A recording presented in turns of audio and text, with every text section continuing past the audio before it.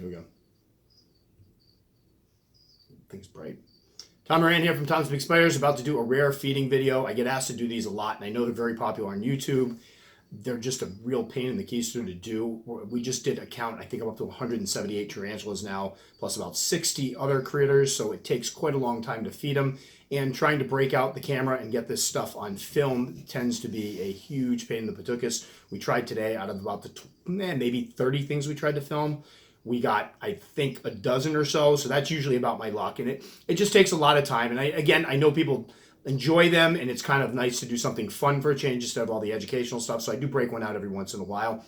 Plus, a student of mine who actually ends up watching all of my videos and comments on them every Monday, Alex L., asked me to do one. So I figured, what the heck, we'll do another one. So hello, Alex, if you're watching this, thanks for watching.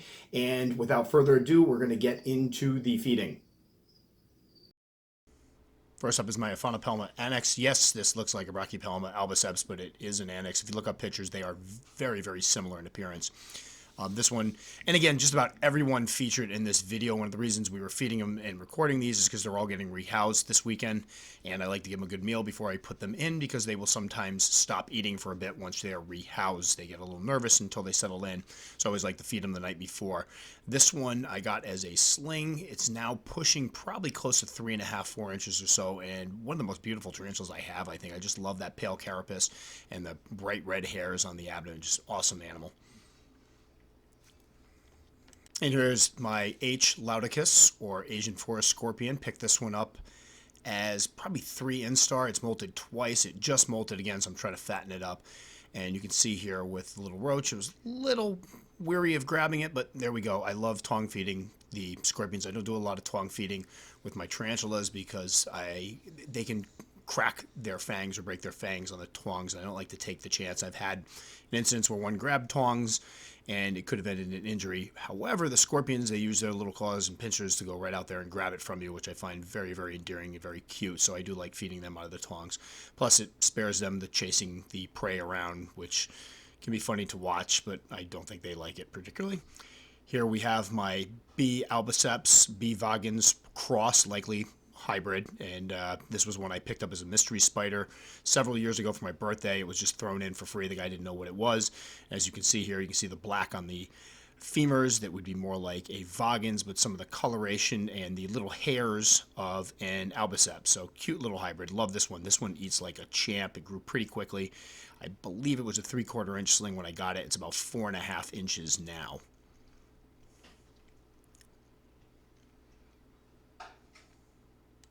Next up is one of my Phormictopus SP. These guys are actually calming down quite a bit. They went through a stretch where they were absolutely crazy, would toss up threat postures with just little provocation whatsoever. Now they're a little bit more secretive and tend to run and hide in their burrows rather than stand their ground. I always find it interesting how species will change as they put on some size. These guys actually, as juveniles, were a little more defensive than they are now as subadults. But you can see here some of that blue coming through. I'm always trying to get the blue to show up on film, and sometimes I have really good luck with it, and sometimes I don't. But here you can get a pretty good look at it. I did an earlier feeding video featuring these guys, and I really got them to pop, but I think it was because the lights were down, and my light was basically reflecting off them in just the perfect way to bring out the blue, but you can get the idea. You see them here. They really are blue all over. Love the little red hairs and the contrast against the blue on their bums. Just really beautiful spider. And very voracious eaters. Next up is my Nandutrepepi. This was actually the second attempt to feed her. The first one, she kind of ran and hid. She's still as crazy as can be. She'll run around the enclosure. She'll come up to the edge of the enclosure when you open it up, which I find absolutely endearing. And she recently molted. You can see her carapace there. I dragged the molt out, but that got stuck in the webbing and is doing great. Follow YouTube subscriber, Dovey D. W. Dosette, I believe it is, was asking about her. Dovey, she's doing great, and I think you'll love yours when you get her. They're just a really cool species. Not only are they unique with that coloration, with the like greenish skin underneath, and then the, orangey blonde hairs, but just the behavior on them is amazing. Very, very bold and skittish at the same time. I haven't had any threat poses from them. I've heard some folks have problems with that. Mine's just a little Looney Tunes. Next up is my mature male P. muticus. This guy has been still eating quite well, but you can see there the abdomen's starting to shrivel up. This was one of the ones I rehoused. I have two of them, and I believe they are both males now. In the more shallow substrate, I did an update on my P. muticus husbandry, because originally it was thought that you had to put them in as much dirt as possible, and I was finding that these guys were basically closing themselves up in their burrows and not eating, even though they were obviously hungry, because I'd open up the burrows, drop a cricket in, they'd scarf it right down. So they have both molted, and I believe they both had, I haven't been able to check out the other one, but from what I saw, it looks like it's probably a male as well, so not great luck there, but at least I was able to get these guys into an enclosure that offered a little bit less room to dig, and you can see here he kind of collapsed his burrow, unfortunately, but he had a little burrow in there, but it was just deep enough that he could come out and eat, and I was having no problems feeding him. He molted, and now he's ready for a lady. Next up is my Avicularia metallica, which is considered to be just a color form now of avicularia, but they're still stunning, and it looks a lot different from the Avic I have, so I like referring to it as metallica. But this one's been a great eater. This is one of the few that I've actually tongue fed before, only because she sometimes does not go down to the ground to find the crickets. But you can see that webbing there is where she molted recently. She had webbed up the whole corner and made herself a little hammock, but I love those little hairs with the metallic flare on the end of them. They almost look like fiber optics when you hit them in the correct light, and that bluish coloration is just amazing. And of course the little pink toes. Beautiful species, regardless if it's just avicularia or a different species of it, just a different coloration of it. Just really neat. And there you can see another close look. I love trying to get those hairs to show up. Sometimes it can be difficult to photograph because they won't appear on film.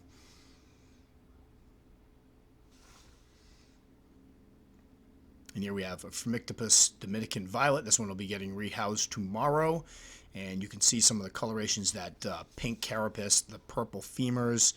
When they just molt, that patch behind their carapace on their abdomen is like a light blue. You can almost see it there. So just a really colorful, beautiful spider, and a huge surprise, because when I got these, I had no idea they had this coloration. I kind of picked them up because I've been tracking down all the Phormictopus species, and when these molted and I saw the colors, I was just floored. Easily one of the most beautiful spiders I have in my collection. I have a couple Phormictopus that are actually gorgeous. There's one coming up in a minute. And you can see, like most of my Phormictopus, they love filling up their water dishes. I basically just drop a new water dish inside of that one and fill it up, because they're just going to go and fill it up again. As adults, I will moisten down part of the substrate occasionally, but they do perfectly well dry. Usually I wait till they're in pre-molt, and then I'll keep one end of it wet just to help them out. And while we're feeding Phormictopus, here's my Phormictopus species green femur, or one of 4 I believe I have. And in a moment, Billy gets a good shot of the femurs. You can see the green. Now this one has molted a little while ago. They do dull up a little bit after a molt. So a couple months after a molt, they'll start to lose a little bit of that bright coloration on their abdomen. Usually have red hairs on their abdomen, and the green dulls up a little bit. But you can still see the gold carapace and those green femurs, just very, very striking. And right after a molt, it's even better than this. So just a really cool looking species. It's the Christmas tree spider because it has red, gold, and green.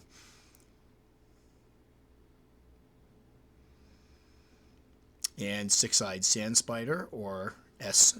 thomisoides. Love feeding these guys. I've been trying to feed them a little bit less because they are a very long-lived species, and basically you'll see in a moment they're masters at conserving their energy. Come from areas where there's not a lot as far as prey, so they get very good at not eating as much and using their food stores and their energy very well. This one here, we're actually kind of surprised on how long it took the roach to stop moving, because usually when they snag something and bite it, it's dead very, very quickly. And I just love how they blend in with the sand and cover themselves up. I've caught them covering themselves up a couple times. It's absolutely adorable. And here's one. You can see it hidden in the upper left corner. And this is an example of how they conserve their energy, because if this were a tarantula, it would already have detected the movement and jumped out. They won't move very much. They wait for the prey, to come right to them, and that's something I've noticed is pretty cool. So they'll wait till it basically walks right over them, so they have a sure shot at it. See right there, it walked in front of them, it didn't move. In a moment, it's going to go like right over top of them, and then it'll grab it and attack right there. So they're very good. Unlike other species of tarantulas and spiders I've kept, a lot of them will go out and find, when they know something's close by, they'll go out and finish the hunt and hunt it down. These guys tend to wait till the last possible minute, wait till it's nice and close, and then they leap at it. And you can see this one just molted. Its abdomen's really small. look forward to filling that back up. They're getting pretty big now. They're probably pushing 1 3/4 inches or so. Some of my favorite things to feed.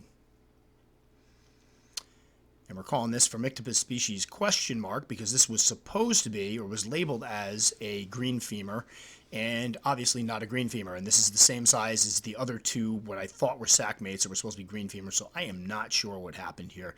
I'm thinking this could be just a straight up Cancerides. I think it's a little too purplish and pink, and unfortunately, to be an Trichomatis.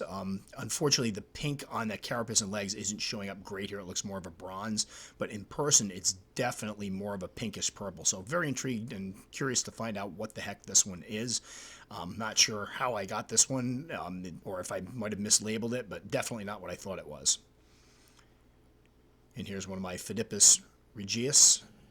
This is the female, who is probably gravid, and unfortunately I don't get the amazing jumps they can do. I've watched these guys hunt where they jump down from the top of the enclosure and dive bomb something, but we get a little shot here of it hunting and how quickly it can move, because in a blink of an eye it's on that thing. And she is just absolutely adorable. You can see how swollen her abdomen is. I got a funny feeling we'll be getting a sack any day now, but she's still been eating like a little pig, so I've been making sure she's well fed. I love those little eyes, just like a little emoji.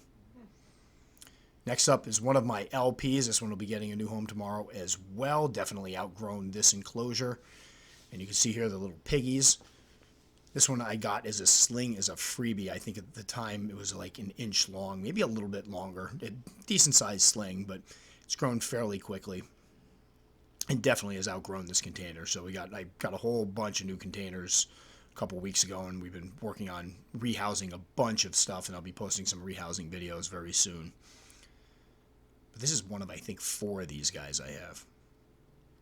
And here we have my Phormictopus Santa Catalina. Love this species. I got this from Tom Patterson. Actually, what made me order from him is he had these in, and just absolutely love this girl. I only bought one, and I usually buy things in 3s, but it ended up being a female, and you can see there she is quite the eater. Love the coloration on her legs. Almost has a phonopelma, Brachypelma type look to her, but getting quite big now. Probably 5.5 inches or so. And this one we let run a little bit because she kept taking in crickets, and in a moment she's actually going to come out, and there we go, and give us a nice good look at her. Just an absolutely amazing looking species. When she was smaller, I kept her completely moist. Now I keep one end of it moist. You can see I'd already started to make it rain on the other end. I actually added some more at the end of this video, but I wanted to get the feeding on camera because she is one of my best eaters. And you can see that booty is big. She's probably, this will be it. I probably will not feed her again after this point because she's looking like she's ready to go into pre-molt. And finally, I saved this one to last. It's my Scolopendra dahani, or one of my centipedes. Vietnamese giant, I think. Very excited to catch this on camera. These guys have been very reclusive. I don't catch them out very much, and when they feed, I can kind of just look under their cork bark and watch them grab something. But this one, I'll admit, I cheated a little bit. I wanted to check on it, and I moved the piece of cork bark in there, and he or she came shooting out and then just was trying to burrow in the corner, and I took advantage of that, dropped the cricket in. So you can see it grabbing the cricket here. And they've got those venomous tips to those first set of legs. I believe it's the first set of legs right up there. You see the black tips. And somebody told me, I think it was Frucht Pudding, that they will actually bite something and then reposition to try to find the back of the neck. And you can see right here, there it is, right in the back of the neck. It actually repositioned on the cricket, rebit it right behind the neck, right behind the head, I mean. And it's taking it down. And this went on for quite some time. I was going to leave it running and catch it eating, but it was kind of just sitting here and very nonchalantly starting to eat it. So very glad I finally caught this one. And actually, this whole feeding video was fun to actually catch things that weren't just tarantulas. We got a couple things in different animals in here, which was very cool. So hopefully you guys enjoyed it.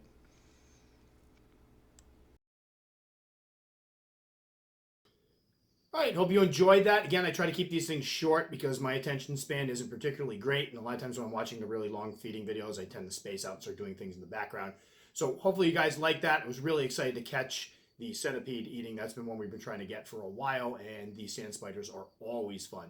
So again, if you haven't subscribed, please feel free to go and hit the subscription button right up here. Or if you want to check out a couple more of my videos, they're probably going to cover me up in here. Thanks so much for watching, and please take a moment to comment if you are so inclined. I don't know where that came from. I got to come up with something at the end of these things.